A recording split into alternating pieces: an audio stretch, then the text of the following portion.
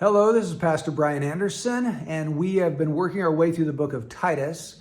Last time in the previous video, we were in Titus 1, verses 5 through 9, and we're making lots of observations of the text, just trying to see every little nuance of the text. Well, having gone through the observation stage, there are two other stages that we should go through. Number one is the interpretation stage.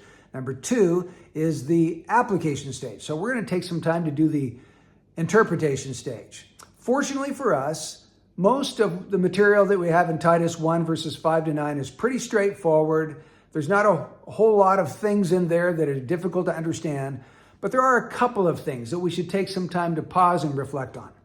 The first one is that he says that Titus is to appoint elders in every city. But if we go back to Acts 14:23, it says that Paul appointed elders in every church. So why the difference? Why does he tell Titus appoint elders in every city, whereas he appointed elders in every church? And I think the answer is very simple. In the mind of the Apostle Paul, there was one church in every city. There was the church of Corinth that was made up of all the believers in Jesus Christ in the city of Corinth. There was the church of Rome, the church of Colossae, and so forth. So in Paul's mind, all the believers in any particular city made up that singular church of that city. So to appoint elders in every city really was to appoint elders in every church in the mind of Paul. At least that's what I believe is going on here. The second interpretation question has to do with the phrase husband of one wife. What did Paul mean by that? That has confused interpreters for a long time. What does it mean to be the husband of one wife? Well, there are three different possibilities. Number one, Paul is talking about the fact that a man is not qualified to be an elder if he's a polygamist. If he's married to more than one woman at one time, then he's not qualified. I don't think that's likely to be the correct interpretation because at the time that the Apostle Paul wrote this, polygamy was quite rare. So it would almost be redundant, or why would he even need to mention that if it happens so rarely? Second possibility is that Paul means he must be a one-woman man. Literally, that's what a husband of one wife means, a one-woman man. And that would mean that whoever this potential elder is, he needs to be absolutely devoted and loyal to his wife. He's not being a flirtatious individual, always trying to get attention from members of the opposite sex. He's devoted to his wife alone.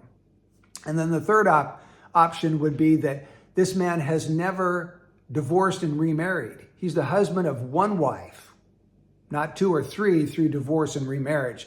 But that one doesn't seem too likely either, because why would that hold a man back from being an elder if it happened before he was even converted? If before he became a Christian, he divorced and remarried, why would that prevent him now that he's a new creature in Jesus Christ and all things have become new? In addition, the Bible does hold out two different biblical grounds for divorce, at least in my thinking. One would be sexual immorality. Jesus gave that in his teaching on marriage and divorce. And then in 1 Corinthians 7, we have the whole ground of desertion. If a man just leaves and takes off, Paul has something to say about that in 1 Corinthians 7. Let the believer not be in bondage in such cases, he says. So if a man went through divorce and remarriage through no fault of his own, but because of sexual immorality of his spouse or the desertion of his spouse, it also seems like there would be no good reason to hold him back from being able to serve as an elder in a church. At least that's my humble opinion. So I would opt for number two, that he is a one-woman man, that the church can see and it's evident that he's devoted to his wife and loyal to her. So there are our two issues of interpretation. I hope that's been helpful for you. Next time we'll get into the application of this particular paragraph in Titus chapter 1. May God richly bless you.